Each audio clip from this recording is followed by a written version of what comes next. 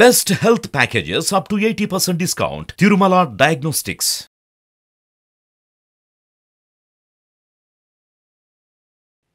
నమస్తే, welcome to Suman TV. నేను మీ యామ్ని. ప్రస్తుతం మనతో ఉన్నారు ప్రముఖ ఆధ్యాత్మికవేత్త, ఆస్ట్రాలజిస్ట్ డాక్టర్ శ్రీమతి కోనాల భాగ్యలక్ష్మి రెడ్డి గారు ఉన్నారు. వారితో మాట్లాడదాం. నమస్తే అమ్మ. నమస్తే అమ్మా. అమ్మ, మనకి ప్రతి నెల సంకష్టహర చతుర్థి అనేది ఉంటుంది కదా, అసలు ఈ నెలలో ప్రత్యేకత ఉందమ్మా? విశ్వేశ్వర విరూపాక్ష విశ్వరూప సదాశివ అని ఈశ్వరుణ్ణి, ఓం గం గణపతే నమః ఏకదంతాయ విద్మహే వక్రతుండాయ ధీమహి తన్నో దంతి ప్రచోదయాత్ అని గణపతిని అంటే తండ్రి కొడుకులని ఇద్దరిని కూడా స్మరించేటటువంటి రోజుగా చెప్పుకోవచ్చు. ఎలా అంటే కనుక ఈ నెలలో చెప్పాలంటే సంకష్టహార చతుర్దశి 2024 జనవరి 29న వచ్చింది. అయితే లంబోదర మహాగణపతిగా పూజిస్తాం. ఓం గణానాన్త్వా గణపతిగుం భవామహే కవిం కవీనా ముక్మస్రవస్రవం జ్యేష్ఠరాజం బ్రహ్మణస్పద ఆనశృణ్వన్నోతిభిస్సీదసాదనం ప్రణో దేవీ సరస్వతి వాజీవిర్వాజనీవతి ధీనామ విత్రయవతు గణేశాయ నమః సరస్వత్యే నమః శ్రీ గురుభ్యో నమః అన్నది అథర్వశీర్షం. గణపతి అథర్వశీర్షం. సరే, వేదాలు ఈ విధంగా చెబుతున్నాయి కదా, మరి మనము ఏ విధంగా పూజించాలి అంటే ఏకదంతుడైనటువంటి వినాయకుడు ఈ సంకష్టహార చతుర్దశి రోజున మనం పూజిస్తే మనకేమిటి అనేదే కదా మనందరికీ వచ్చును. వివాహ అడ్డంకులు తొలగిపోతాయి. తర్వాత ఎక్కడైనా సరే మనం అప్పులు చేసి తీర్చలేకపోతే ఆ రుణ బాధలు మనల్ని వేధిస్తుంటే ఆ రుణ బాధలు కూడా తీరుతాయి.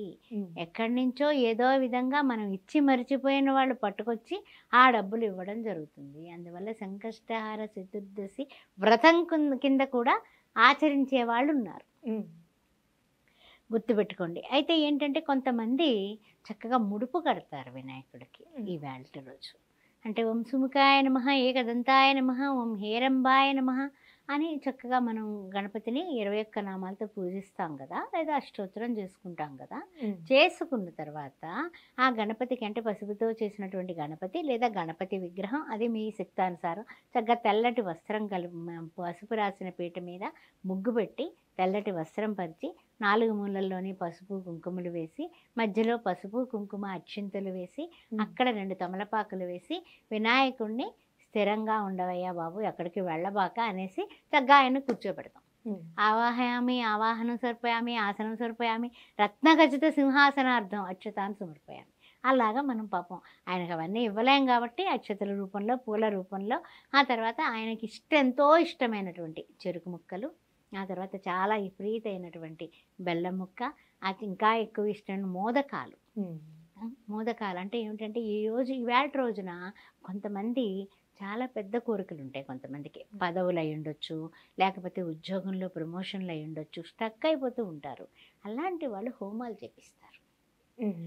లక్ష్మీ గణపతి హోమం అని, తర్వాత సంకష్టహార హోమం అని, అంటే అన్ని సంకటాలు కూడా తీర్చేటటువంటి హోమాలు, అలాంటి గొప్ప గొప్ప హోమాలు, రుణ విమోచన హోమం అని ఈ వినాయకుడికి సంబంధించినటువంటి కొన్ని నిగూఢంగా ఉన్నటువంటి గణపతి అధర్వశీర్షంతో చేయిస్తారు. ఆ 1008 నామాలతో 1008 సార్లు హోమం చేయించే మహానుభావులు కూడా ఉన్నారు.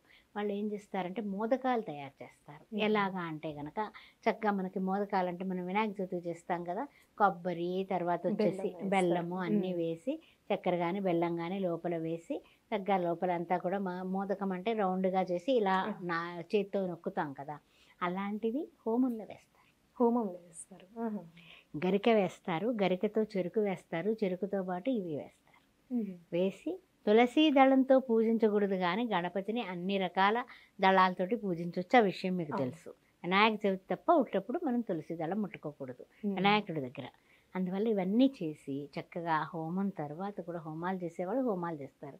మనకు అంత శక్తి లేదు. మనం వినాయకుడి దగ్గర చక్కగా సుముఖచ్చ ఏకదంతచ్చ అని ఏదో మనకు తోచించి చదువుకుంటున్నాం, అష్టకం చేసుకుంటున్నాం, లేదా సహస్రం చేస్తున్నాము, లేదా అష్టోత్తరం చేస్తున్నాం శక్తానుసారం. లేకపోతే ఏమీ రాదు మనకి.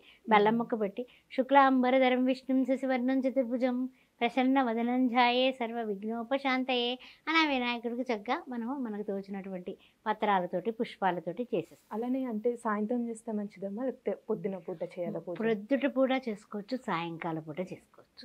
ఇది ఏంటంటే ఈయనకి ఎంతో ఇష్టం. ఆ చతుర్థి ఎప్పుడుందో చూసుకోండి. తిథి ముఖ్యం.